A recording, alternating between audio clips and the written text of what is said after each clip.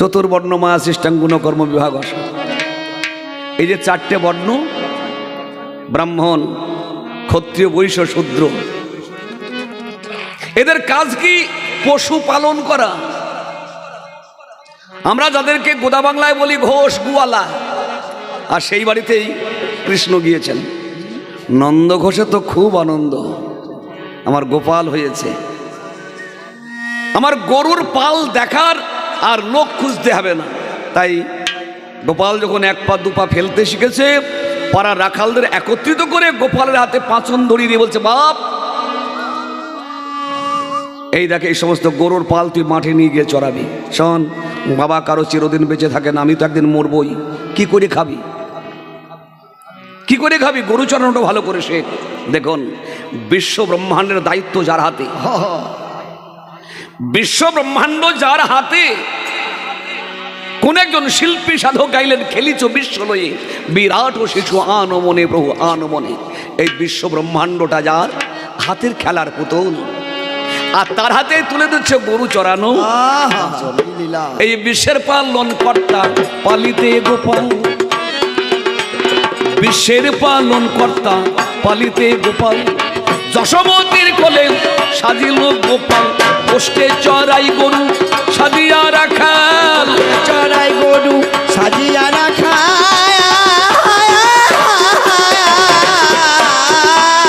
পোষ্টে চড়াই গরু সাজিয়া রাখাল, ভাঙি গাছের ডাল হাতে নিল নদী।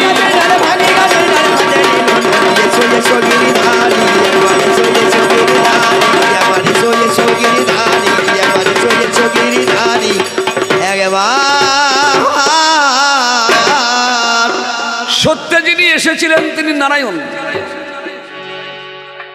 ওই ভগবান ত্রেতায় আসলেন, তার নাম দেয়া হলো রাম। রাক্ষস বংশ ধ্বংস করে আর একটা যুগ সৃষ্টি করলেন, যেটার নাম দেয়া হলো দাপর। এটা দাপর কেন? ভগবানের দ্বিমুখী লীলা। একটা হচ্ছে ঐশ্বর্য, একটা হচ্ছে মাধুর্য। মাধুর্যময় লীলা করলেন শ্রীরাম বৃন্দাবন। কেন করলেন? না জীবের দেখিয়া দুঃখ, কৃষ্ণ নাহি পাই সুখ, ব্রজে আসি সাধিয়া দেখায়। কি সাধন করে দেখালেন? অপ্রাকৃত শৃঙ্গার রস। প্রাকৃত নয়, অপ্রাকৃত। জগৎকে দেখালেন প্রেম। প্রেম মুখে বললে হবে না, প্রেম কাকে বলে নিজে আচরণ করে জগৎকে দেখালেন। আর এদিকে সৃষ্টিকর্তা ব্রহ্মা, তিনি সৃষ্টি করেছেন কামের দেবতা মদনকে। মদনকে 5খানা বান দিয়ে ব্রহ্মা বলেছিলেন, মদন এই 5খানা বান তোমাকে দিলাম, যদি তোমার এই বান দ্বারা স্বর্গ মর্ত পাতাল ত্রিভুবন জয় করে আসতে পারো, বেছে বেছে মারবে। তোমার বান সবাই সহ্য করতে পারবে না। যাকে জগতের স্রষ্টা মনে হবে, শ্রেষ্ঠ মনে হবে, বান তাকেই মারবে, যার যার হাতে দায়িত্ব দেওয়া আছে। তো বান শুরু করলো ইন্দ্র থেকে, ব্রহ্মা থেকে, শিব থেকে। কিন্তু মদনের বাণী কেউই ধৈর্য রাখতে পারল না। মদনের খুব আনন্দ, নাচতে নাচতে বহুদিন পরেই ব্রহ্মার কাছে ফিরে এসে বলছে, বাবা আমাকে বিশ্ববিজয়ী সার্টিফিকেট দিয়ে দাও, আমি সারা বিশ্বকে জয় করে ফেলেছি। ব্রহ্মা বলল, সব জয় করেছে? বললো, হ্যাঁ বাবা। কেন, তুমি বাদ আছো? তোমার মনে নাই? তুমিও তো বাদ যাওনি আমার বান থেকে। ব্রহ্মা বললো, হ্যাঁ তা তো বটে। আচ্ছা তুমি কি বৃন্দাবনে গিয়েছিলে? বললো, বাবা ওই জায়গায় যাওয়া হয়নি। বলো, যাও বৃন্দাবন থেকে ফিরে আসো, তারপরে তোমাকে বিশ্ববিজয়ের সার্টিফিকেট আমি দিয়ে দেবো। মদন তার ফুলসর বান নিয়ে ছুটলেন শ্রীধাম বৃন্দাবনে। মদন যেদিনকে বৃন্দাবনে গেছে, ওই দিনকে শারদীয় রাস পূর্ণিমা তিথি। ভগবান শ্রীকৃষ্ণ যাদের যাদের প্রতিশ্রুতি দিয়েছিলেন তাদেরকে নিয়ে রাস বিলাসে মাতোয়ারা ভগবান। মদন কুঞ্জের এক পাশ থেকে তার তুন থেকে বান তুলে ভগবান কৃষ্ণের উদ্দেশ্যে ছুড়ে মেরেছে। বান গিয়ে গোবিন্দের আতুল চরণে আশ্রয় নিয়েছে, আর তুলে ফিরে আসছে না। একটা একটা করে 5টা বানই শেষ। মদনের তুন শূন্য। এতদিন যাকে যাকে বান মেরেছে, বান মদনের তুনে ফিরে এসেছে, আজ ফিরল না কেন? না বান এইরকম শীতল জায়গা পায়নি। চরণ শীতল জানিয়া স্মরণ হলো যেন ও দুটি রাঙা পাই। চির শান্তির জায়গা পেয়েছে।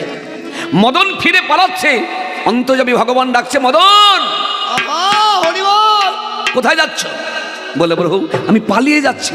বলে কেন? বলো আমি যে তোমাকে হারাতে এসেছিলাম প্রভু, তোমাকে হারাতে এসে আমি নিজেই তো হেরে গেছি, তাই আমি পালিয়ে যাচ্ছি। বলো তা নয়, পালিয়ে যাবে, একবার বৃন্দাবনে আসবে না? হরি বল। একবার আসো বৃন্দাবনে। বলো আসবো প্রভু, আসবো, আসবো, সেই দিন আসবো যেদিনকে আমি আমার কামের স্বভাব পরিত্যাগ করতে পারবো, সেই দিন বৃন্দাবনে আসবো প্রভু। আমি তার আগে বৃন্দাবনে যাব না প্রভু। তবে যাবার আগে যদি তুমি অনুমতি দাও, আমি তোমার একটা নাম দিয়ে যেতে চাই। হরে কৃষ্ণ। শ্রীকৃষ্ণ বললেন বেশ, কি নাম দেবে? বলে প্রভু আজ থেকে তোমার নাম দিলাম মদন মোহন। প্রেমের ঠাকুর তুমি মদন মোহন, প্রেমের ঠাকুর তুমি মদন মোহন। নারীর মান ভাগাতে ধরো রাধার চরণ, সরগরল খণ্ডন করিতে পুরাণ। সরগরল খণ্ডন করিতে পুরাণ। হাইরে সরগরল খণ্ডন করিতে পুরাণ। গিয়েছিলে সেদিন জয়দেবের বাড়ি,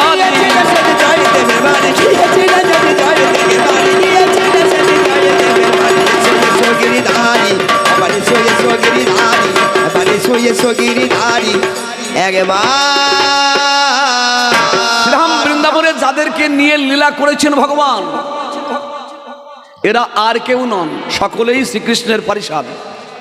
গোলক বৃন্দাবন থেকে মিটিং করে যে যে ভাব চেয়েছে তাকে সেইভাবে নিয়ে এসেছে। কাউকে সখা, কাউকে সখী, কাউকে পশু, কাউকে পাখি, কাউকে পিতা, কাউকে মাতা, কাউকে বৃক্ষ, কাউকে লতা, কাউকে শত্রু, কাউকে মিত্র সাজিয়ে শ্রীরাম বৃন্দাবনে নিয়ে এসেছে। অঘাসুর, বকাসুর, তেনাবর্তসুর, ধেনুকাসুর, পুতন, রাক্ষসী সকলকে নিধন করে কালীয় দহে কালীনাগকে দমন করবার জন্য ভগবান শ্রীকৃষ্ণ কালীয় হ্রদে ঝাঁপ দিয়েছেন। কালীয় নাগের সহস্র ফনার উপরে শ্রীকৃষ্ণ নৃত্য করছেন, আর বিশ্বম্ভর মূর্তি ধারণ করে চরণ দিয়ে মৃদু মৃদু চাপ দিচ্ছে। ওই চাপ কি সহ্য করতে পারে? যখনই চাপ দেয় তখন মুখ থেকে বিষ বার হয়। শ্রীকৃষ্ণ কালীয়নাগের পুচ্ছটা বাম হস্তে ধারণ করে নাড়া দিয়ে বলছে, কালীয়নাগ আচ্ছা বলো তো আমাকে তুমি চেনো? এর আগে কোনোদিন কি আমাকে দেখেছো? আমি কে, তুমি কে তা জানো? তখন কালীয়নাগ বললেন, প্রভু তার আগে তুমি একটা কথা বলো। বলো কি কথা? বলো তো আকাশে যখন সূর্য ওঠে কেউ কি প্রদীপ জেলে দেখতে যায় সূর্য উঠলো কিনা?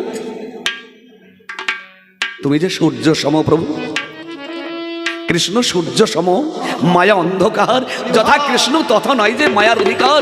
যখনই তুমি আমার সর্প গুহাতে প্রবেশ করেছো, আমার এই অন্ধকার ভূমি যখন আলোয় আলোকিত হয়েছে, আমি তখনই বুঝতে পেরেছি প্রভু তুমি এসেছো। তুমি। শ্রীকৃষ্ণ বলেন এত ভক্তি, তা ভক্তির লেশমাত্র তো দেখতে পাচ্ছি না। বলো কেন প্রভু? বলো শোনো, সাধক আমাকে পেলে আমাকে কি দেয়? ফল, ফুল, মিষ্টি, মিষ্টান্ন, নানান নৈবেদ্য দিয়ে আমার পূজা করে। আর আমি তোমার গৃহে এসেছি, তুমি আমাকে বিষই দিচ্ছ, বিষই দিচ্ছ। কালীয়নাগ বলে, নো প্রভু, এই বিষ কি আমি সৃষ্টি করেছি? এই বিষ তো তুমি দিয়েছো। তুমি যাকে যা দিয়েছো সে তো তাই দেবে প্রভু। তুমি দিয়েছো আমাকে কণ্ঠ ভরা বিষ, আমার তো আর কিছু দাওনি প্রভু। তুমি যা দিয়েছো আমি তাই তোমাকে ফিরিয়ে দিচ্ছি। শ্রীকৃষ্ণ বলেন, যাও কালীয়নাগ, আজ থেকে তুমি মুক্ত, এই গুহা ত্যাগ করে উপরে উঠে যাও। কালীয়নাগ বলছে, না প্রভু আর যাব না, আমি যে জন্য এখানে ছিলাম সে আশা আমার পূর্ণ হয়ে গেছে তোমার ওই রাতুল চরণের জন্য। আর তাছাড়া উপরে যাওয়ার কথা বলছো, আমি যদি উপরে যাই তোমার ওই গরুর পক্ষী আমাকে ঠুকরিয়ে ঠুকরিয়ে মারবে। শ্রীকৃষ্ণ বললেন, না কালীয়নাগ আর মারবে না। বলে কেন? বলে যখনই তোমাকে গরুর পক্ষী ঝোবল দিতে আসবে, ঠুকরাতে আসবে, তুমি একবার তোমার মাথাটাকে হা কৃষ্ণ প্রাণ কৃষ্ণ বলে নত করে দিও। বাহ হরি বল। এই যে নত হওয়া আমাদের শেষে শিক্ষা দিলেন শ্রীমান মহাপ্রভু, তেনাদপি শুনেছেন তরণী বসৈষ্ণা অমানে নমানদেনা কীর্তনী আসা। কৃষ্ণ ভক্ত সবসময় তার মাথাটা নিচু, আর যখন তুমি মাথা নিচু করে দেবে আমার এই যুগল চরণের চিহ্ন তোমার মস্তকে থাকলো, তোমাকে আর কোনোদিন গরুর পক্ষে স্পর্শ করবে। প্রভু অঘাসুর বকাসুর করিয়া দমন, অঘাসুরে বকাসুর করিয়া দমন, কালী গো হে কালী নাগি করি দমন, মথুরাতে করি কংসের নিধন। মথুরাতে করি কংসের নিধন, হায়রে মথুরাতে করি কংসের নিধন, সাজিলেন সেদিন কবিজা বিহার। সাজিলে সেদিন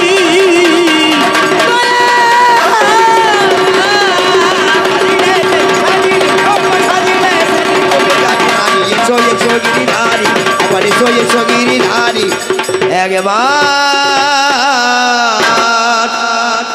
যে কাজগুলি করব বলে বৃন্দাবনে এসেছিলেন সে সমস্ত কাজ শেষ, কিন্তু যার জন্য এসেছেন ওই যে সেই দুর্জয় অসুর কংস,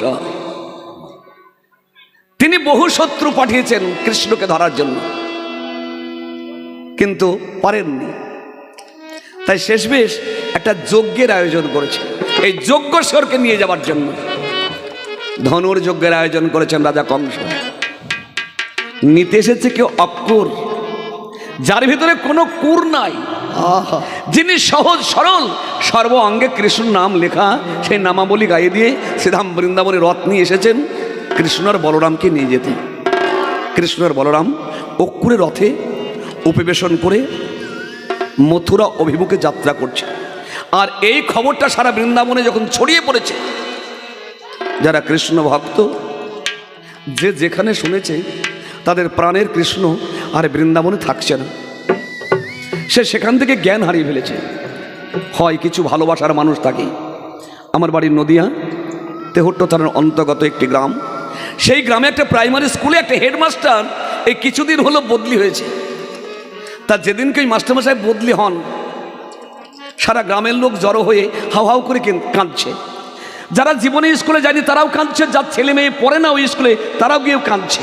বলুন, স্কুলের ছাত্র ছাত্রীকে তো ভালোবাসা দিয়েছেন মাস্টারমশাই, তাছাড়া যারা স্কুলে যায় না, যাদের ছেলে মেয়ে ওই স্কুলে পড়ে না, তারা গিয়েও কাঁদছে মাস্টারমশাই চলে যাবেন বলে। বলুন, তাহলে কত ভালোবাসা দিয়েছে গ্রামের মানুষগুলিকে ওই মাস্টারমশাই, ওই শিক্ষক মশাই। আমরা থেকে স্যালুট জানাই। তাহলে যিনি বৃন্দাবনের প্রাণ, যিনি বিশ্বের প্রাণ, যিনি জগতের প্রতি, যিনি জগৎ স্বামী, সে ভগবান শ্রীকৃষ্ণ বৃন্দাবন ত্যাগ করছেন। সকলের অবস্থা যেমন হোক, শ্রীমতী রাধারানী যখন শুনেছেন উন্মাদিনীর ন্যায় আলু থালু বেশে ছুটতে ছুটতে গিয়ে অক্ষরে চলন্ত রথের চাকার নিচে সাষ্টাঙ্গে শুয়ে পড়ে বলছে, মাধব তোমার কাজ তো এখনো শেষ হয়নি বৃন্দাবনে, এখনো দুটো কাজ বাকি আছে। যার শেষ ভালো তার তো সব ভালো। একটা কাজ, আমাকে মেরে দিয়ে যাও, কারণ আমার দেহে যতক্ষণ প্রাণ থাকবে আমি তো তোমাকে ভুলতে পারবো না। কেমন করে ভুলবো বলো? আর আমাকে শেষ করে দিয়ে যাওয়ার পরে আমার মরা মুখ দেখে যদি তুমি যাত্রা করো, এই যাত্রা তোমার কিন্তু শুভ হবে। শেষ ভালো যার, সব ভালো তার। ভগবান শ্রীকৃষ্ণ রথে থেকে নামলেন, আর রাধারানীকে বুকে জড়িয়ে ধরে বললেন, রাধে কেঁদো না, কেঁদো না রাধে, কেঁদো না। এক হাতে যমুনার জল, একটা হাত রাধারানী মাথায় দিয়ে বললেন, রাধে আমি আজ যাচ্ছি, এ দেখো কাল ফিরে আসবো। কাল বলে কালা গেল মধুপুরে, সে কালের কদিন চড়ে করে রথে গেল মথুরাতে, চড়ে করে রথে গেল মথুরাতে।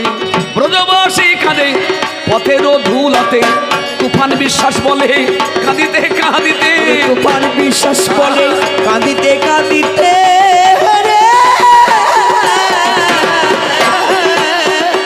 আধমে তুফান বিশ্বাস বলে কাঁদিতে কাঁদিতে, বিদায় বেলাতে, বিদায় বেলাতে দেখা দিও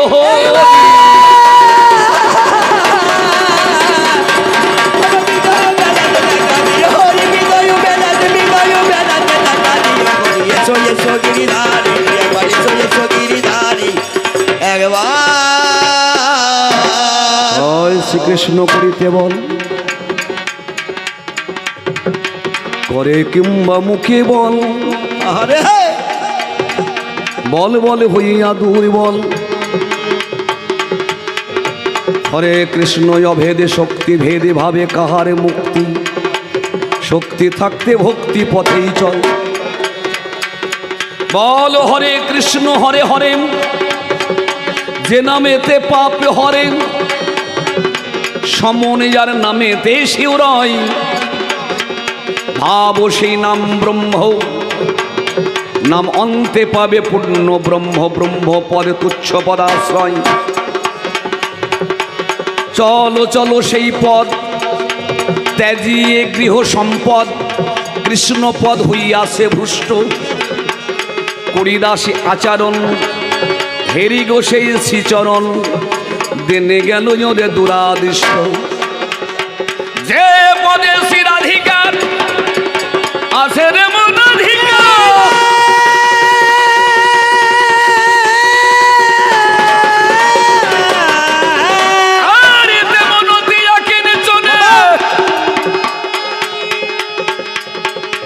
নিত্য নিত্য এই মানুষে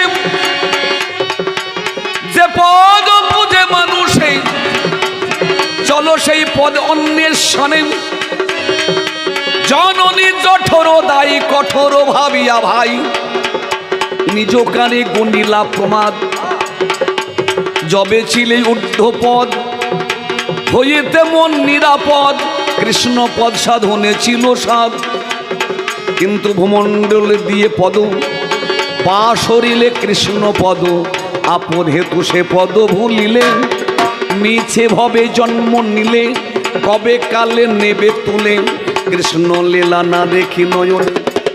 মন জীবন বলে শোনো মন, বন শব্দে শুধু বন, ত্রিভুবন বনেতে প্রকাশ, যেই মনে হয় কৃষ্ণ নাম, সেই তো বৃন্দাবন ধাম। মনের মধ্যে করো তাই বিশ্বাস, যেন বিশ্বাস হারা হইও না,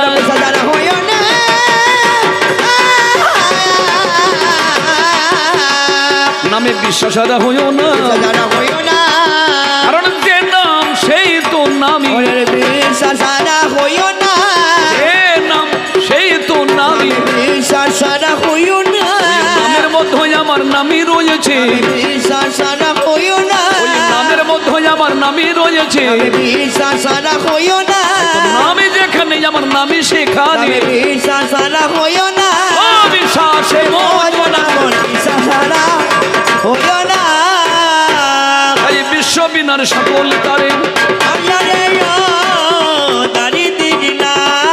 তোমার মধুরী নাম মাঝে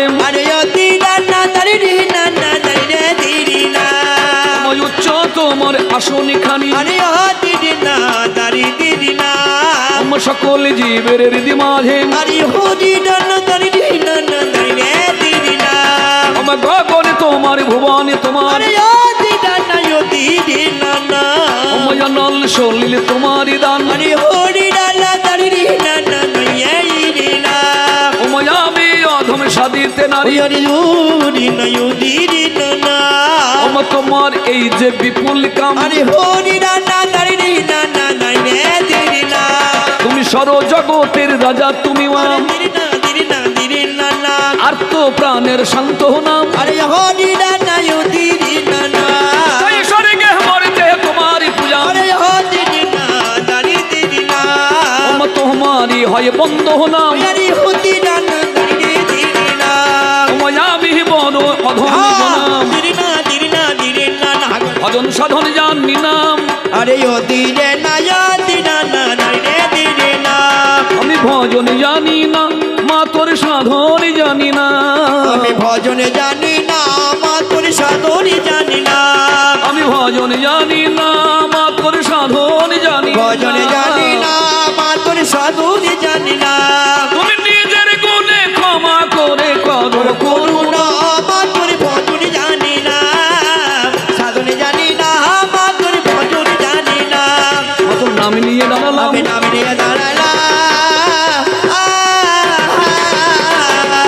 তোর নাম নিয়ে দাঁড়ালাম, আমি নাম নিয়ে দাঁড়াইলাম, আমার ভালো মন্দ সবই তোমায় দিলাম, আমি নিয়ে দাঁড়াইলাম, মানি অপমানিত তোমায় দিলাম, আমি নিয়ে দাঁড়াইলাম, ভালো হয় তাই করো, আমি নিয়ে দাঁড়াইলাম। ভগবান একবার আসি দাও নাসি মমতম রাশি হে বিশ্ব জনমন রঞ্জন আসে দাও নাসি মমতম রাশি হে বিশ্ব জন মনোরঞ্জনা। একবার আসি দাও নাসি মমতম রাশি হে বিশ্ব জনমন রঞ্জন একবার রাশি দাও নাসি মমতম রাশি হে বিশ্ব জন মনোরঞ্জনা। আমার দূরে করে দাও মরমের ব্যথা হে ভব ভয় দুঃখ ভঞ্জনা আমার দূর করে দাও মরুমের বেটা হে বাবু ভয় দুঃখ ভঞ্জন। একবার আসে দাও নাসি মমতম নাসি হে বিশ্ব জন মনোরঞ্জন। একবার রাশি দাও নাসি মমতম রাশি। এমন সুন্দর উপার না পায়ো দেখিতে এমন সুন্দর উপার না পায়ো দেখিতে মম আঁখি পাখি খঞ্জন সুন্দর রূপ ভুয়ারে না পায় দেখিতে মময়া কি পাখি খঞ্জনা। আর এমন সুন্দর উপার না পায়ো দেখিতে মম আঁখি পাখি খঞ্জন সুন্দর রূপ ভুয়ার না পায় দেখিতে মময়া কি পাখি খঞ্জনা। আমার হৃদ সরোবরে কখনো তোমাদের মধু পানে করে গুঞ্জন আমার হৃদ সরোবরে কখনো তোমাদের মধু পানে করে গুঞ্জনা। আমার হৃদ সরোবরে কখনো তোমাদের মধু পানে করে গুঞ্জন আমার হৃদ সরোবরে কখনো তোমাদের মধু পানে করে গুঞ্জনা। একবার আসে দাও নাসি মমতা জয় যদি তাই করে হরি হরি বল হরি বল মমতাকে পানে মধু পানে করে গুঞ্জন। সে দাও রাশি মমতা রাশি। কবি গানের নিয়ম নীতি অনুসারে একটু বন্দনা স্তুতি গাইতে হয়, কিন্তু যা বলে বন্দনা স্তুতি করতে হয় সেই ভাব সেই ভাষা অন্তত এই অধমের মধ্যে নেই। বাহ, গুরুমুখী বিদ্যা গুরু যা শিখিয়ে দিয়েছেন যেটুকু বলতে আমি সেইটুকুই বললাম। আমি যেন এতেই পরিত্রাণ পাই। আপনারাই তো বলেন গুরুবাক্য বলবান আর সব বাহ্য জ্ঞান। আমি আর কিছুই জানি না। গুরুর নাম নিয়ে গুরুর নির্দেশ মতো এই বন্দনা গীতি পরিসমাপ্ত করে এবার আপনাদের কবি গান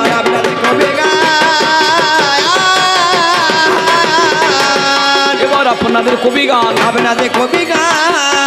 এই যে মোদের কবি গানে আপনারা জ্ঞানবান এ তো সবার জন্য আছে, তবু অনেক কথা বলতে হয় এসে দোষের কাছে। কবি গানে কোনোদিনই একই দলে হয় না, ওটা মালিক পক্ষ সবে দেখে ভালো আছে জানা। দুই জেলা হতে বাহ, দুইজন এসেছি, আমি তুফান বিশ্বাস প্রথম আসরে উপস্থিত হয়েছি। আমার পক্ষিপক্ষ পাল্লাদারে দেব না তো বাদ। তিনি এসেছেন যে জেলা হতে নাম মুর্শিদাবাদ, ব্যক্তিগত নাম তিনার নন্দ দুলাল মাঝি, যার সঙ্গে কবি গানের হবে আমার কাজী। আমি ব্যক্তিগত তুফান বিশ্বাস, বাড়ি নদীয়ায়, আমার জিতপুরে বসত বাড়িতে হটো থানায়। দুইজনের নাম পরিচয় আপনাদের জানানো হইল।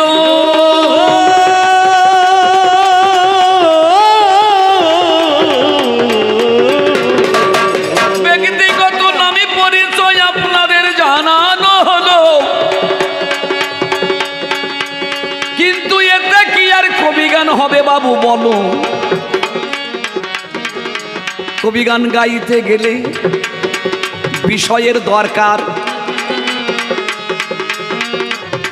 যেদিকের মানুষ যেমন বুঝে আমরা তেমন করি সমাচার। আজকে কমিটি পক্ষ আসার আগে করেছেন নিবেদন, আজকের কবি গানের যা করেছি আয়োজন, কয়েকজন ভক্তকে নিয়ে আলোচনা করে বিষয়খানা দিয়ে দিয়েছেন আমাদের কর্ণ গোচরে। আজকের পালা একটু প্রকাশ করে যাই, আজ কবি গান হবে মোদের গৌর লীলায়। গৌর লীলার শ্রেষ্ঠ পালাম ও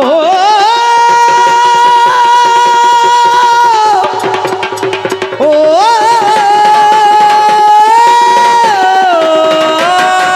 গৌর লীলার শ্রেষ্ঠ পালাম, যে পালায় অনেক আনন্দ, সেই পালার নাম দিয়েছেন মহাপ্রভু রায় রামানন্দ। হরি বল হরি বল। একদিকে মহাপ্রভু রায় রামানন্দ, আমাদের এই নিয়ে কবি গানের হবে বাবু দ্বন্দ্ব। দুইজন পাল্লাদার দুই ধারে আসি, আমাকে জানাইয়ে দিল এসে কাছাকাছি। রায় রামানন্দের ভূমিকায় আমাকে করে দিলেন দান, আপনারা শুনেন বসে যত জ্ঞান। আজ গৌর লীলায় কবি গান, গৌরের লাই কবি গান। আজ গৌর লীলায় কবি গান। গৌরের লাই কবি গান। ওগো নন্দ মাঝি আর ওরে গৌরের লাই হবে কবি গান। আমি রামানন্দের নামটি ধরে ওরে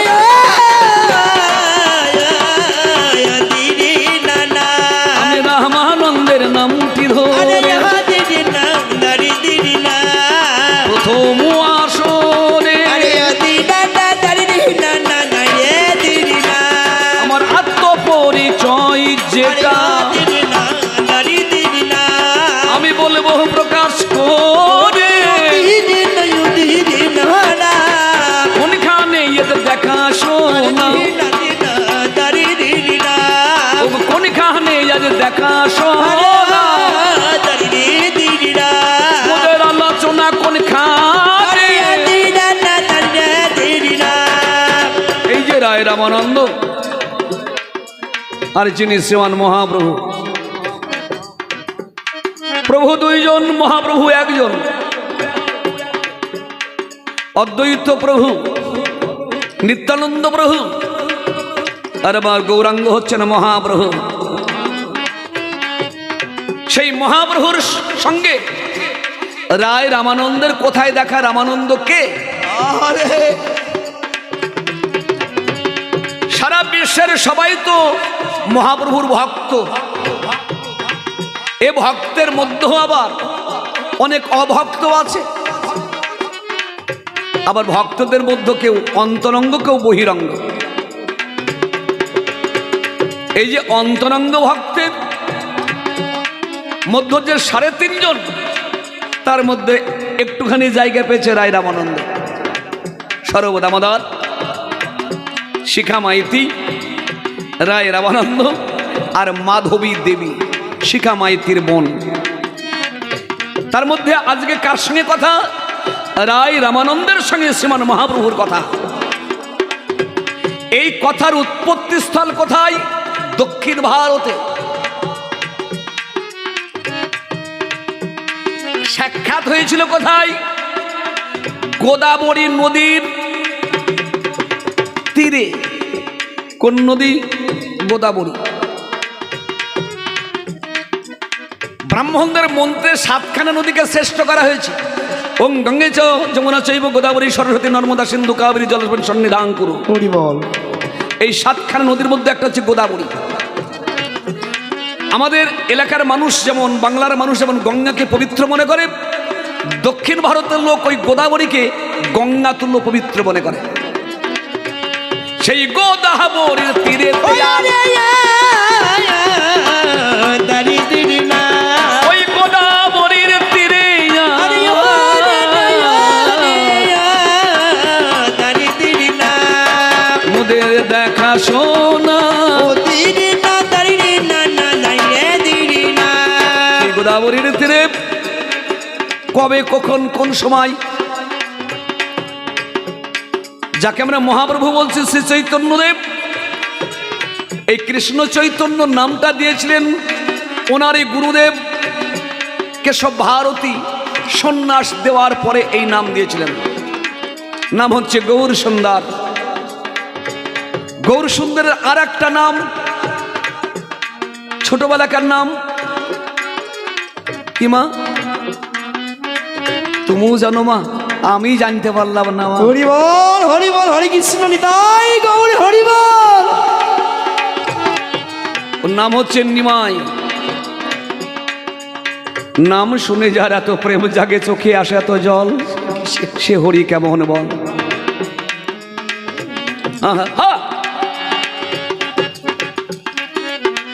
এই নিমাইয়ের সঙ্গে যার জীবনে কোনোদিন দেখা হয়নি, গঙ্গা নদীর ওপারে বাস করতেন সৌভরিমুনি। তিনি শুধু মহাপ্রভুর নাম শুনেই কাঁদতেন, নাম শুনেই কাঁদতেন। বৃদ্ধ বয়স, চলতে পারতেন না, নিমাইয়ের নাম শুনলেই কাঁদতেন।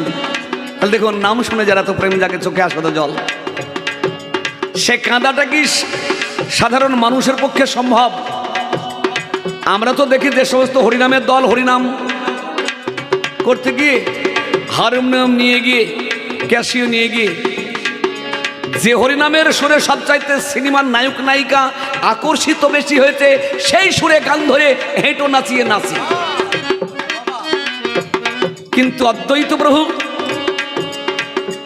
উনি ওই হেঁটো দুলিয়ে নাচেন সুরধনের তীরে বসে, চোখের জলে গঙ্গা জল দিয়ে, তুলসী পত্র দিয়ে, কৃষ্ণ প্রাণ কৃষ্ণ, এসো কৃষ্ণ বলে হাওয়াও করে কেঁদেছিলেন। তাই মহাপ্রভু আসতে বাধ্য হয়েছিলেন। মহাপ্রভু আসতে বাধ্য হয়েছিলেন। সেই প্রভু যাকে বলছে, সেই মহাপ্রভু যাকে বলছে, মাত্র 24 বছর বয়সে নবদ্বীপকে পরিত্যাগ করে কাটুয়া কাঞ্চন নগরে গিয়ে, হরিবল হরিবল হরিবল,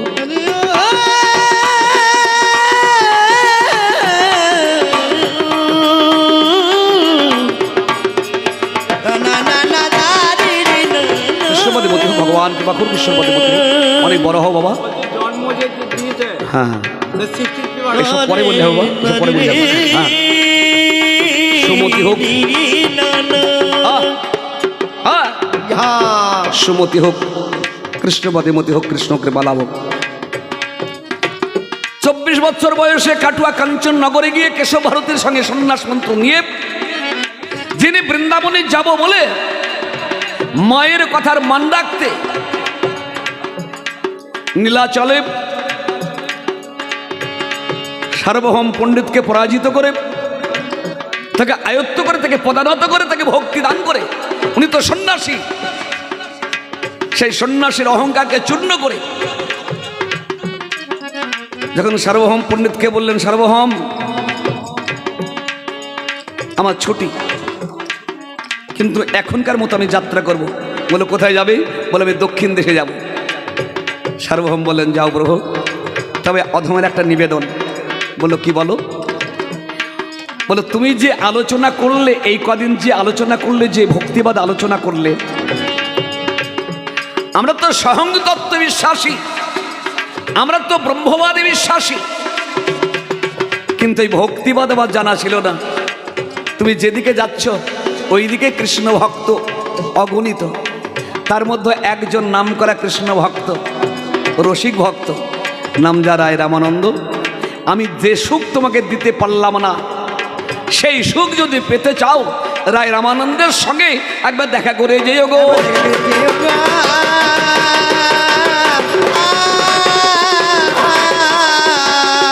একবার দেখা করে যেও গো, রায় রামানন্দের সঙ্গে একবার করে যেও।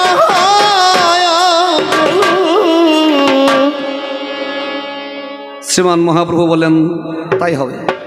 তাই যাত্রা করলেন দক্ষিণ দেশে। নৃসিংহদেবের কাছে পৌঁছিয়ে শ্রীমান মহাপ্রভু তার প্রসাদ দিয়ে, মালাচন্দন দিয়ে, গোদাবরীতে স্নান করে গোদাবরী নদীর তীরে বসে মালা করছেন।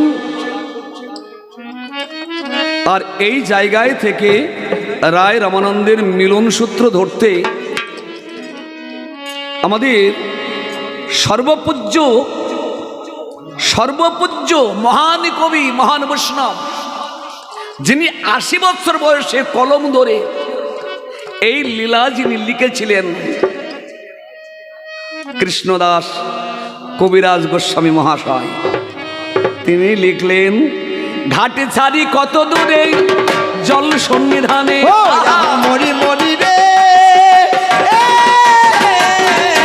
ঘাটারি কত দূরে জল সন্নিধানে, ঘাট ছাড়ি ভাই কত দূরে জল সন্নিধানে, মরি মরি রে ঘাটারি ভাই কত দূরে জল সন্নিধানে, কৃষ্ণ নাম করেন প্রভু, বসে আছেন মহাপ্রভু নিজ নাম সংকীর্তনে, নামে করে মহাপ্রভু নামে সংকীর্তনে,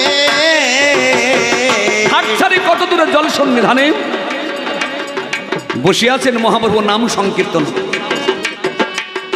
হেন সময় দোলাচরি রামানন্দ রায়, ভবানন্দ রায়ের পুত্র রায় রামানন্দ, ওই বিদ্যানগরের একটা ছোট্ট সীমানা রাজ্যপাল। এই কাজ দিয়েছে কে? উড়িষ্যার রাজা প্রতাপরুদ্র, পুরুষোত্তমের ছেলে, তিনি দিয়েছেন রায় রামানন্দকে ওই কাজটুকু। তাহলে রায় রামানন্দ একজন রাজকর্মচারী, প্রজাপালক, ছোট্ট একটা সীমানা, ওখানকার খাজনা দায়, প্রজাদের দেখাশোনার দায় দায়িত্ব রামানন্দ নিয়েছেন। আর সেই সঙ্গে একটা কাজ উনি করেন, হাতে কাম মুখে নাম, সদা সত্য কথা কবে। হরিকে না ডাকলে হরি হরি তোমাকেই ডাকিবে। দেখুন কি পার্থক্য, একজন সমস্ত সংসার আত্মীয় স্বজন স্ত্রী আদি পরিত্যাগ করে সন্ন্যাসীর বেশ ধারণ করে তিনি জগৎকে পরিত্রাণ করবার জন্য আসছেন, ভ্রমণ করছেন। আবার সেই সঙ্গে কার সঙ্গে দেখা করতে আসছেন? যিনি একজন বিষয়, ভোগ বিলাসে মত্ত রাজ কর্মচারী, তিনার সঙ্গেই দেখা করতে আসছেন। কেন? তার উপরটুকু সংসার, ভোগ বিলাস সবকিছুতে মাতুয়ারা, কিন্তু অন্তরে অন্তরে বৈরাগ্যতারে হয়েছে, বৈরাগ্যতারে হয়েছে, বৈরাগ্যতারে হয়েছে, বৈরাগ্যতারে হয়েছে, পরের লোক দেখানো সংসারে আছে, বৈরাগ্যতারে হয়েছে, কেন সংসার হয়েছে।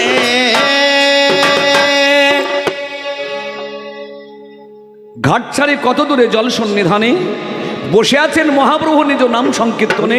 হেন সময় দোলাচরি রামানন্দ রায় স্নান করিবারে আসে, বাজনা বাজায়, বাজনা বাজতে বাজতে আসছে। বাজনা বহু জায়গায় বাজে, হরিবল। এই বাজনা নিয়ে আমাদের তান্ত্রিক সাধক ভবা পাগলা একটা গান লিখেছেন, এখনো সে বৃন্দাবনে বাঁশি বাজে রে, বাঁশি বাজে, তবে সবাই শুনতে পাবে না। শুনতে পাবে কারা? যারা নিত্য লীলাদর্শী, যাদের নিত্য নিত্য লীলা দর্শন হয়, তারা সেই বাঁশি শুনতে পান। এই নিয়ে অনেক তর্ক বিতর্ক হয়েছিল একটা গান লেখার জন্য। ভবা পাগলা তার জীবনে বহু তাবর তাবর উকিল, মানে লয়ার, হাকিম, অনেক শিক্ষক, অনেক শিক্ষিকা, অনেক বড় বড় ডাক্তারের সম্মুখীন হতে হয়েছিল, অনেক সাহিত্যিকের সামনে তাকে এই গান লেখার জন্য কৈফিয়ত দিতে হয়েছিল। কিন্তু ভবা পাগলার কাছে গিয়ে সমস্ত অভিধান, সমস্ত সন্ধি সব কিছু পরিত্যাগ করতে হয়েছে। মা যা বলাতেন তাই বলতেন। তাহলে বাঁশি আজও বাজে, তাহলে এই যে ভক্তের বাজনা বাজে, কিন্তু বহির্জগতে নাম যারে রামানন্দ। স্নান করিতে যাসি, আমি সত্য কথা বলে জানাই আপনাদের পাশে সহসেক বৈদিক ব্রাহ্মণী ভাই, তারা উচ্চস্বরে বেদধ্বনি, তারা উচ্চস্বরে গায়।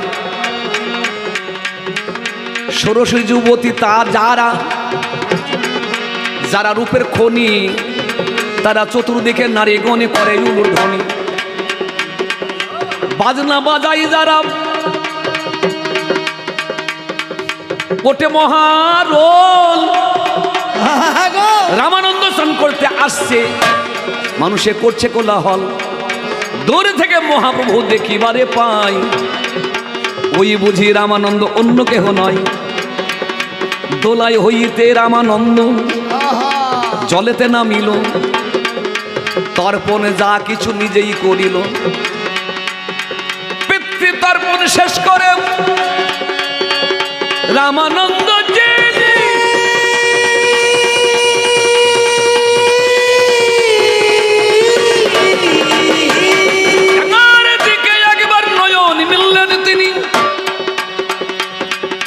স্নান করাচ্ছে কারা?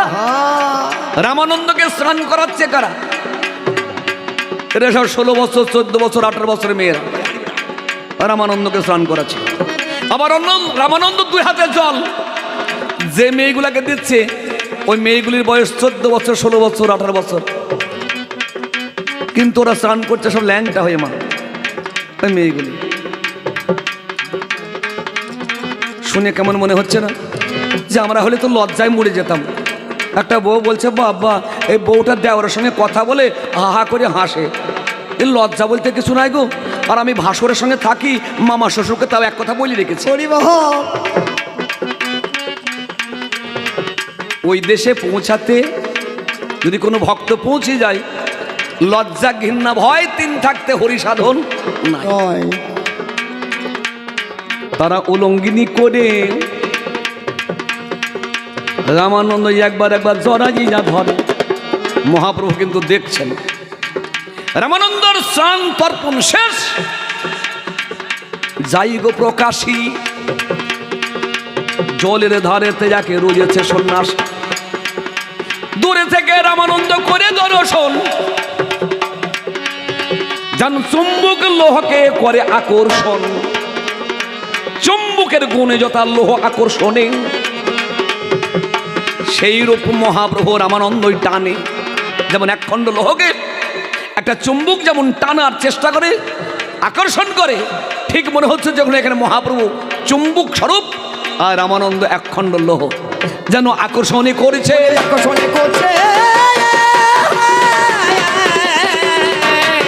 যেন আকর্ষণই করছে। ওরে রামানন্দ তা মনে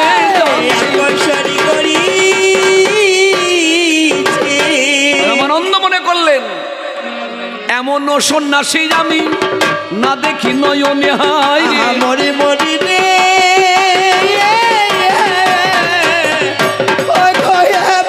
সন্ন্যাসী আমি দেখি নাই নয়নে। ও কয়ে মন সন্ন্যাসী আমি দেখি নাই নয়নে। মরি মরি রে, মন সন্ন্যাসী আমি দেখি নাই নয়নে। আমার মনে হয় ধরে গিয়ায় ওনার চরণে। মনে হয় আমরা ধরে গিয়ায় চরণে। রামানন্দ মনে করছে এইরকম সন্ন্যাসী আমি কোনোদিনই দেখিনি। তখনকার দিনে তো পরিব্রাজক সন্ন্যাসীরা ছিল। সন্ন্যাসীরা এক নিশি কোনো গৃহে বা কোনো গাছতলায় থাকতেন না। অথচ এই সন্ন্যাসী কে?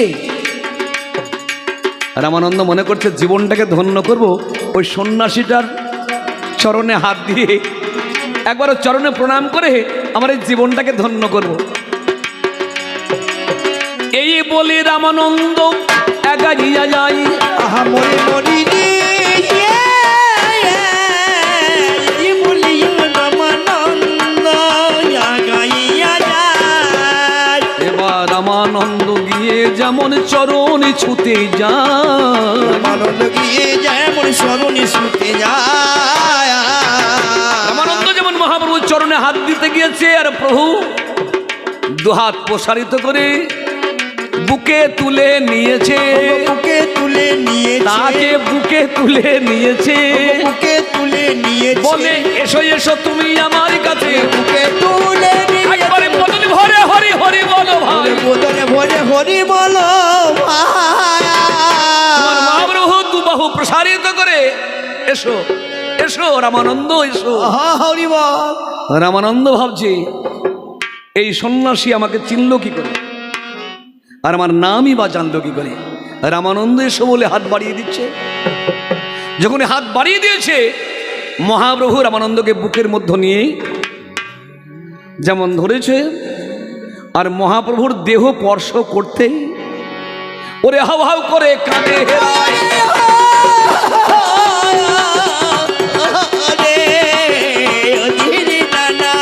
ওরে হাউ হাউ করে কাঁদে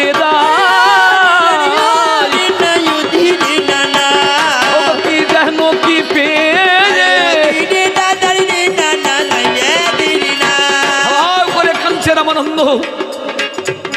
যেমন কোনো ব্যক্তি তার ভালোবাসার জিনিস হারিয়ে ফেলার পরে সেই জিনিসটা যখন সে খুঁজে পায়, পাওয়ার পরে যেমন কাঁদে, রামানন্দ ওই রকম কাঁদছে। মনে হচ্ছে কোন যুগ যুগান্তর যাকে হারিয়ে ফেলেছিলাম আমি তাকে পেয়েছি, এই অনুভূতি হচ্ছে রামানন্দের। আর রামানন্দের কান্না দেখে আমার মহাপ্রভু কাঁদছেন। কেন কাঁদছে, কিসের জন্য কাঁদছে কেউ জানে না, শুধু কেঁদেই চলেছে। যেমন কাঁদছে মহাপ্রভু তেমন কাঁদছেন ভাই রামানন্দ। মনে হচ্ছে বহুদিনের চেনা জানা তার পরাণের বন্ধু। এরকম দেখেছিলাম আমার আপন জ্যাঠামশাই পশুপতি বিশ্বাস, তেনার স্কুল জীবনের একজন মুসলিম বন্ধু, তার নাম জফর আলী। বাংলাদেশ থেকে যখন আমরা উঠে আসি, আমার জ্যাঠামশাই চলে এসেছিলেন।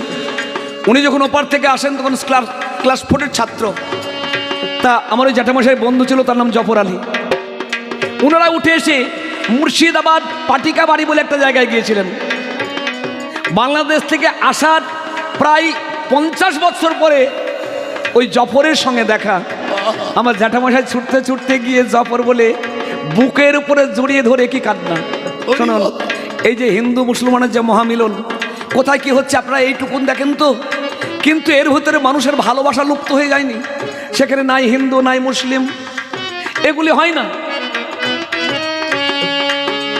বহুদিনের হারানো বন্ধু আমার জ্যাঠামশাই পেয়ে হাওয়াও করে কাঁদছে, সেই জফর আলী আর আমার জ্যাঠামশাই পশুপতি বিশ্বাস। এই জায়গাতে ঠিক ওই রকম হারানো বন্ধুকে পাওয়ার মতো যেমন কাঁদছে রায় রামানন্দ, তেমন কাঁদছেন মহাপ্রভু। শুধু কাঁদছে। কিন্তু মহাপ্রভুর যারা ভক্ত, যারা গৌর ভক্ত, তারা সব কান্নাঘোষা করছে। একই আমাদের প্রভু এই যে রাজবিলাসে মাতুয়ারা ভোগ বিলাসে একজন সংসারী, একে ধরে কাঁদছে কেন? আবার যারা রায় রামানন্দের ভক্ত, যারা রাজকর্মচারী, যারা প্রভুকে জড়িয়ে ধরে কাঁদতে দেখে তারা বলে করছে আমাদের রাজা একজন সন্ন্যাসীকে দেখে এরকম কাঁদছে কেন? এই যে কান্নাঘোষা যখন হচ্ছে তখন মহাপ্রভু বুঝতে পেরেছেন যেটা ঠিক হচ্ছে না। উনি লীলাটাকে সম্মারণ করে যখন পিছিয়ে আসছেন, জনৈক ব্রাহ্মণ বৈষ্ণব নাম বেঙ্কট, তিনি জাতিতে ব্রাহ্মণ, বৈষ্ণবত্ব গ্রহণ করেছেন। তাই গললগ্নে কৃতবাস হয়ে মানে গলায় কাপড় দিয়ে মহাপ্রভুর চরণে নিবেদন করছে, প্রভু আপনি যদি কিছু মনে না করেন, এই অধমের বাড়িতে কয়েকদিন আপনাকে থাকতে হবে, ভিক্ষা পাবেন আমার বাড়ি থেকে। মহাপ্রভু বলছেন আমি থাকবো একটা শর্তে। রামানন্দ তুমি বলো, আমি যে কদিন থাকবো প্রত্যেকদিন সন্ধ্যাবেলায় একবার করে আসবে, একবার করে আসবে বলো। রামানন্দ বলছে কেন প্রভু? বলে আমি হরি কথা শুনবো, হরি কথা শুনব, আমি হরি কথা শুনবো, আমি হরি কথা শুনব, আমি পিপাসা নিয়ে হরি কথা শুনি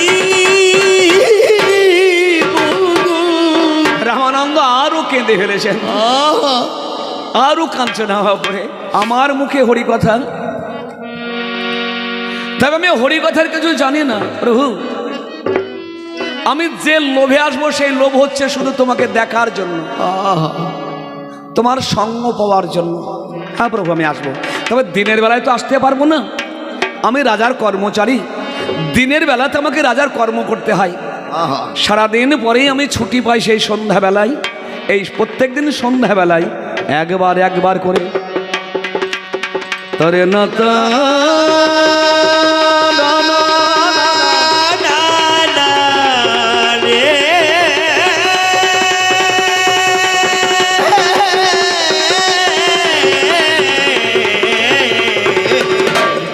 সন্ধ্যাবেলায় একবার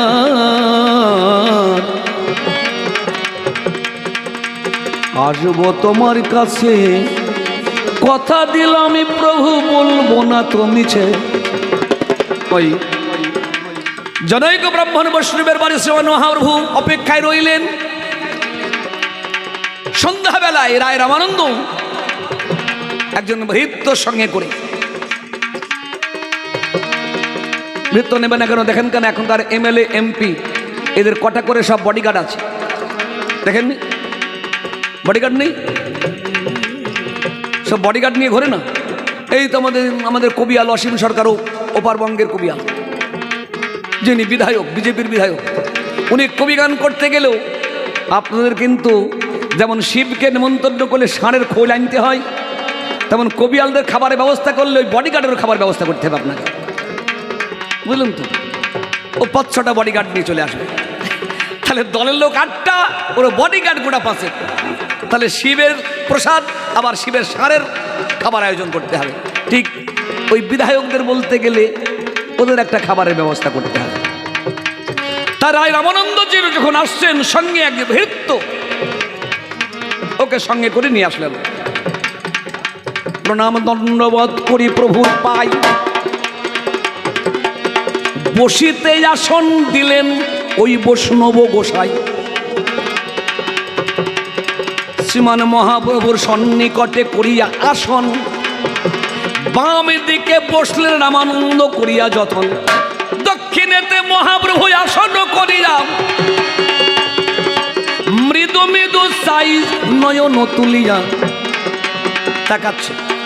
রায় রামানন্দের থেকে তাকাচ্ছে মহাপ্রভু। তাকাচ্ছে কেন? আমি যদি পাঞ্জাবিটা গায়ে না দিয়ে একটা সেন্টু গাঞ্জি গায়ে দিয়ে কবি গান করি, আপনারা বলা বলি করবেন নিয়ে আবার কেমন? মানে রামানন্দ যখন স্নান করতে এসেছিল দুপুরবেলায় তখন রাজ পোশাক, আর এখন যখন প্রভুর সঙ্গে দেখা করতে এসেছে তখন অতি সাধারণ পোশাক। তাই মহাপ্রভু বলছেন, কি ব্যাপার রামানন্দ, একেবারেই বেশটা যে আলাদা। তখন যে বেশ দেখলাম আর এখন তো সেই বেশ তোমার নাই। বলল, প্রভু এটাই আমার সঠিক বেশ, আর যেটা দেখেছিলেন ওটা আমার অভিনয়ের পোশাক, ওটাই হচ্ছে আমার অভিনয়ের পোশাক, আর এটাই হচ্ছে আমার সঠিক পোশাক। তো বললো বেশ, আচ্ছা হরি কথা বলো, সময় নষ্ট করো না, হরি কথা। রামানন্দ ভাবছে আমি কোন সম্প্রদায়ের লোক, আমি কোন শাস্ত্র আলোচনা করি, উনি তো সন্ন্যাসী, উনি কোন সম্প্রদায়ে বিশ্বাসী, কোথায় থেকে শুরু করলে উনি আমার কথাগুলি মেনে নেবেন। ওই যে বললাম, প্রথমেই বলেছিলাম নানান মানুষের নানান মত, এক একটা পথে এক একটা মতে মানুষ বিশ্বাসী। তা ভাবছি আমি কোথায় থেকে কি শুরু করব। কিন্তু প্রভু তো অন্তর্যামী, উনি বুঝতে পেরেছেন, দিয়ে উনি জোটা তুলে দিলেন। জো বোঝেন তো আপনারা নাকি? মানে জোটা তুলে দিলেন।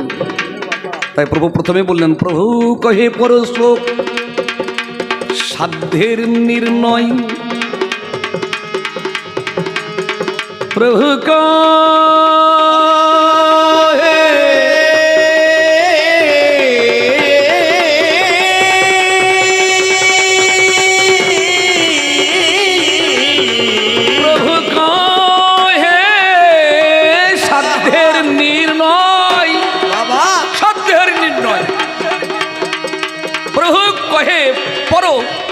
সাধ্যের নির্ণয়। সাধ্য, সাধ্য কি? সাধকগণ সাধনার দ্বারা যে বস্তু প্রাপ্ত হন সেটাকেই বলা হয় সাধ্য বস্তু। সাধকগণ সাধনা দ্বারা, কিন্তু সাধনার পথ প্রণালী তো অনেক আলাদা আলাদা। আমি গণেশ পুজো করলে আমার সামনে কার্তিক এসে দেখা দেবে না, ওই হাতির সুরমুখে গণেশ এসে দেখা দেবে। আমি যদি দুর্গার সাধনা করি সরস্বতী আসবে না, ওই 10খানা হাত বার করে দুর্গায় দাঁড়াবে, কি নিবি নি, আসবে না। তাহলে সাধকগণ সাধনা দ্বারা তার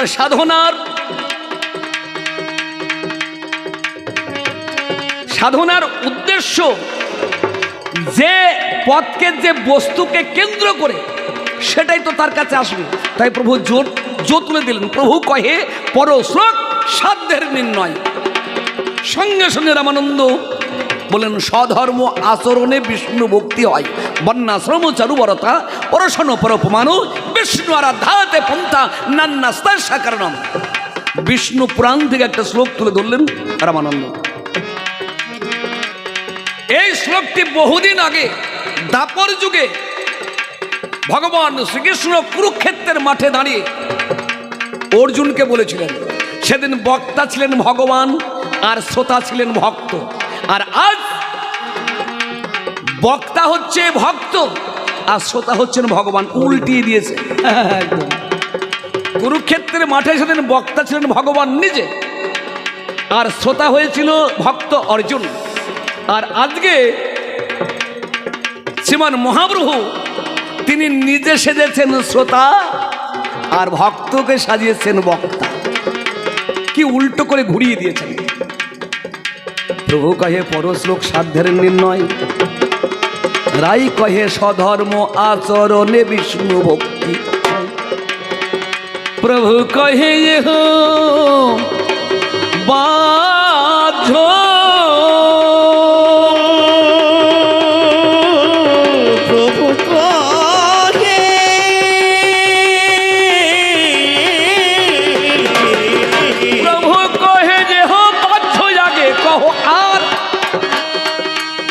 রামানন্দ এত পরিশ্রম করে কথাটা তুলে ধরলো, মানে মহাপ্রভুর কাছে ওটা কিছুই না, তা বাদ দাও,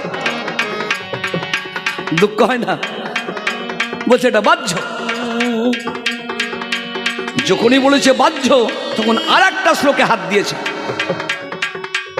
কৃষ্ণে কর্মাপন্ন সর্বশব্দ সার যৎ করসি যৎ নাসি যৎ হুসি রাশি যৎ যৎ পশ্যসি কুন্তীয় তৎকুরুষ মতার প্রণাম। এটাও অর্জুনকে লক্ষ্য করে ভগবান শ্রীকৃষ্ণ বলেছিলেন, যাগ করো, যজ্ঞ করো, হোম করো, ব্রত করো, যা কিছু করো আমাকে অর্পণ করো, আমাকে সমর্পণ করো। তাই রামানন্দ বললেন এটাই। প্রথমটাকে কি বললেন? বাহ্য। প্রভু কহে এহ বাহ্য, আগে কহ আর রাই কহে কৃষ্ণে কর্মাপন্ন সর্বসাধ্য সার। প্রভু কহে এটাও বাহ্য, আগে কহ আর রাই কহে জ্ঞান শূন্য ভক্তি সর্বসাধ্য সার। বাবা সর্বধর্মান্ন প্রত্যাজং, সর্বধর্মকে পরিত্যাগ করা, সর্বধর্মান্ন প্রত্যাজং মামেকং শরণাং ব্রজং অহং তাং সর্ব পাপে ভয়ী মোক্ষ স্বামী মাসুচ দৈব হেসি গুণময়ী মম মায়া দূরত্বয়া মামবজ্য প্রপদ্যন্তে মায়া মেতাং তরন্তিতে। এটাও কৃষ্ণ অর্জুনকে বলেছিলেন, এই সমস্ত ধর্ম ছাড়ো, আমাকে ব্রজে স্মরণ করো। আর যদি ব্রজে আমাকে স্মরণ করো, যে মায়ায় পরে হাওয়া করে কাঁদছ, এই দূরত্ব মায়া থেকে আমি তোমাকে পরিত্রাণ করাবো, কৃষ্ণ বলেছিলেন। কিন্তু আজকে মহাপ্রভু বলছেন এটাও বাহ্য। শেষে বলেন জ্ঞান মিশ্রা ভক্তি সাধ্য সার। প্রভু বলেন এটাও বাহ্য। তাহলে প্রথমে তুললেন চারটে কথা, চারটে কথা। স্বধর্ম আচরণ এক বাহ্য বললেন, কৃষ্ণে কর্মপন্ন বাহ্য বললেন, স্বধর্ম ত্যাগ বাহ্য বললেন, জ্ঞান মিশ্রা ভক্তি বাহ্য বললেন। এই চারটে বললেন বাহ্য। 10টা শ্লোকের মধ্যেও মহাপ্রভু রামানন্দকে চারটে বলেছেন বাহ্য, 3টে বলেছেন হয়, 2টোকে বলেছেন উত্তম, আর 1টাকে বলেছেন শিরোমণি। বাহ! রায় রামানন্দের সঙ্গে মহাপ্রভুর যে আলোচনা, যে আলোচ্য বিষয়, ঠিক এই 10টা শ্লোকের মধ্যে। কিন্তু আমাদের তো কবি গান বাবা, রামানন্দ হয়ে মহাপ্রভুকে প্রশ্ন করা, জানেন তো ওই কবিয়ালদের এই জন্যে সারা জীবন গান করে করে পড়াশোনার টাকা নিয়ে শেষের জীবনের ভাত পায় না। ঠিক ঠিক। ভালো ভালো রোগ দেয় ভগবান, হয় ক্যান্সার না হয় টিবি। আমাকে তো অর্ধেক দিয়েই দিয়েছে, এই একটা স্ট্যান্ড বসিয়েছি ভিতরে, বুঝলেন। সেই কবিগানকে রসপুষ্টি করবার জন্য শ্রীমান মহাপ্রভুর কাছে রামানন্দ হয়ে কিছু জিজ্ঞাসা করব।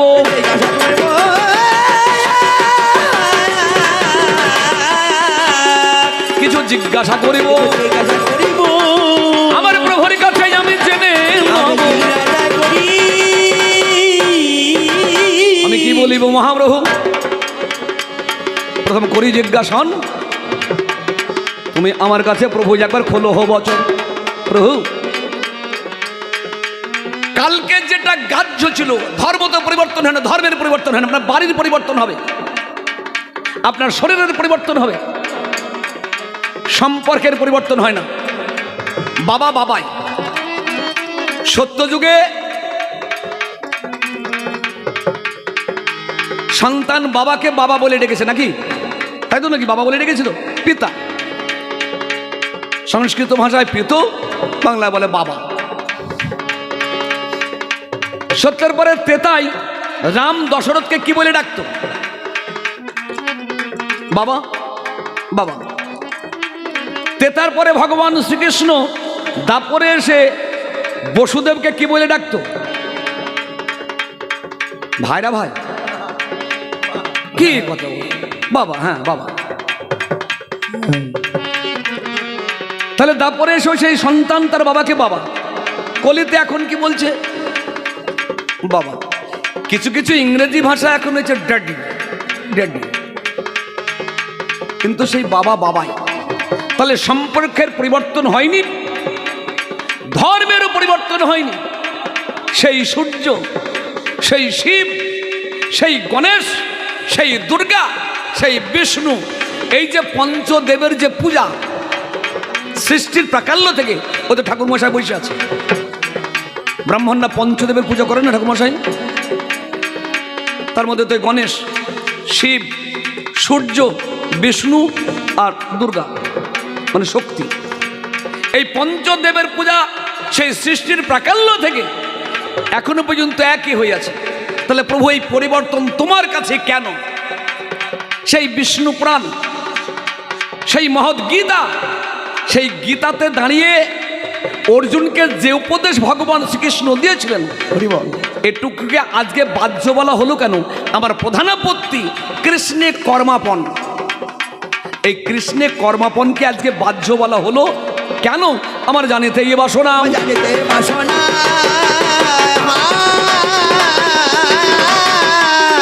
আমার জানিতে এই বাসনা,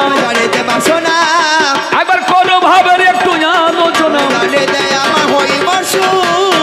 আমি আর এক কথা তোমারই কাছে, আমি আর এক কথা তোমারই কাছে, আমি একটু জানতে চাই, তুমি দয়া করে মহাপ্রভু, তুমি বলো তো আমায়, তুমি কেশব ভারতীর নিকট সন্ন্যাস গ্রহণ করেছ। কেশব ভারতী, এই কেশব ভারতী যে সম্প্রদায়ের সন্ন্যাস, সেটাকে বলা হয় হীন সম্প্রদায়। চৈতন্য চরিত্রামৃতের প্রমাণ আছে। 10 বিধা সন্ন্যাসী ঋষি শঙ্করাচার্যের মতে, তার মধ্যে যেটা ভারতী, গিরি, পুরী, অভয়, অরণ্য, সরস্বতী, সরোবর, ভারতী, এই যে 10খানা সম্প্রদায় ঋষি শঙ্করাচার্যের মতাদর্শী। তাহলে বলো এর মধ্যে কেশব ভারতীর নিকট তোমাকে সন্ন্যাস নিতে হলো কেন? ওর কাছেই নিতে হলো কেন? 2 নাম্বার 3, তুমি যেখানে জন্মগ্রহণ করেছো জগন্নাথ মিশ্রে, যদিও আমরা জন্মগ্রহণ কথাটা বলতে পারি না, যাকে আমরা ঈশ্বর বা ভগবান বলছি, যিনি অবতরী, এরা অজনী সম্ভাবা। কিন্তু লোকলীলায় এসে আমরা অনেক সময় অনেক কথা বলে ফেলি। সেই ঈশ্বর, সেই পরমেশ্বর, সেই ভগবান, তার তো জন্ম হয় না। তাহলে তিনি আবির্ভূত হয়েছেন জগন্নাথ মিশ্রের গৃহে। জগন্নাথ মিশ্র কি জাতিতে? কি তোমরা তো কীর্তন শোনো মা, ওরা ভক্ত মানুষ, কি মা ওরা জাতিতে? হরি বল। ব্রাহ্মণ। হ্যাঁ মা, ঠিক বলেছ। তাহলে নিমাই যে বাড়িতে আসলেন তারা হচ্ছে ব্রাহ্মণ। আমাদের এই যুগটা কোন যুগ? কলিযুগ। ত্রেতা যুগে এক জায়গায় আপনারা রামায়ণ খুললে পাবেন। ত্রেতা যুগে যখন রামের সীতাকে রাবণ হরণ করে নিয়ে গেল, অশোক কাননে যখন ডাকলো, রাবণের হয় বিভীষণ রাবণকে বলেছিল সীতাকে ফিরিয়ে দাও। এই কথা শুনে রাবণ বিভীষণের বুকে লাথি মেরেছিল। রাবণ বিভীষণের বুকে লাথি মেরেছিল। লাথি খেয়ে বিভীষণকে পরিত্যাগ করে, হ্যাঁ রাবণকে পরিত্যাগ করে বিভীষণ রামের চরণে আশ্রয় নিয়েছিল। তা যখন রামের চরণে আশ্রয় নেয়, তখন পরিচয় জিজ্ঞাসা করেছিল, তুমি কে? বিভীষণ সত্য কথা বলেছিলেন যে আমি তোমার যে সহধর্মিনীকে চুরি করে নিয়ে গেছে সেই রাবণ, সেই রাবণের আমি ছোট ভাই, আমার নাম বিভীষণ। লক্ষণ বলেছিল দাদা ওকে পরিত্যাগ করো, ওরা জাতিতে রাক্ষস, ওরা সুযোগ সন্ধানী, এখন দায়ে পড়ে তোমার পায়ে পড়ছে, পরে ঘুরে কামড় দেবে, ওকে পরিত্যাগ করো। ও ছলনার আশ্রয় নিয়েছে। বিভীষণ বলেছিল আমি প্রতিজ্ঞা করছি আমি কোনো ছলনা নিইনি, আমি যদি ছলনা করি আমি বিভীষণ কলির যুগে হই যেন কলির ব্রাহ্মণ। হরি বল, হরি বল। কি বলেছিল বিভীষণ কথাটা আপনারা ভালো করে রামায়ণ পড়ে দেখবেন। আমি যে কথাটা বলছি এই কথাটা লেখা আছে। প্রতিজ্ঞা করছি আমি বিভীষণ ছলনা করে যদি হব কলির ব্রাহ্মণ, আমি যদি ছলনা করে থাকি আমি যেন কলির ব্রাহ্মণ হই। লক্ষণ বলছে বাবা বাবা ভালো সুযোগ, মুসি হবা না, ধুবো হবা না, চন্ডাল হবা না, হাঁড়ি হবা না, বামনের ঘরে জন্ম নিবা, রাক্ষসের ঘরে থেকে।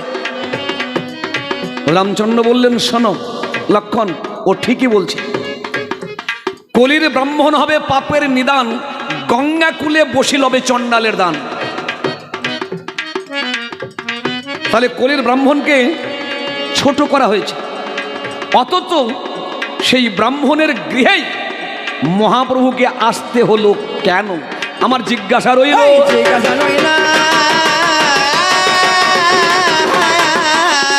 আমার জিজ্ঞাসা রইল, একবার দয়া করে তুমি খুলে বলো। ওই তো গেল তিনটে কথা, এই তো গেল তিনটে কথা, আমি যারা কি কথাই না, তুমি দয়া করে বলো প্রভু, তুমি বলো না আমার, তুমি যে মতে নিয়েছো সন্ন্যাস, তুমি যে মতে নিয়েছো সন্ন্যাস, সেই মতের কথাই যাই। প্রভু তুমি যে মতে সন্ন্যাস নিয়েছো, ওই যে ঋষি শঙ্করাচার্যের মত, এই সম্প্রদায়ের মূল শর্ত সন্ন্যাস নেওয়ার পরে একটা সন্ন্যাসী একটা গাছের নিচে, ছোট একটা গাছের নিচে একটা নিশির বেশি কাটাতে পাবে না, একটা জায়গায় একটা নিশির বেশি কাটাতে পাবে না, কারণ সেই গাছের প্রতি তার আসক্তি জন্মাবে, মায়া দেবী তাকে গ্রাস করে ফেলবে। অতএব সন্ন্যাসী মায়ামুক্ত পুরুষ একটা জায়গায় একটা নিশির বেশি কাটাতে পাবে না প্রভু। অথচ এই ব্রাহ্মণ বৈষ্ণবের বাড়িতে তুমি 10 দিন রয়েছ, সন্ন্যাসীর কোন নিয়মকে সম্মান রেখে তুমি 10 দিনই রয়েছ? তুমি 10 দিনে রয়েছ, তুমি মনের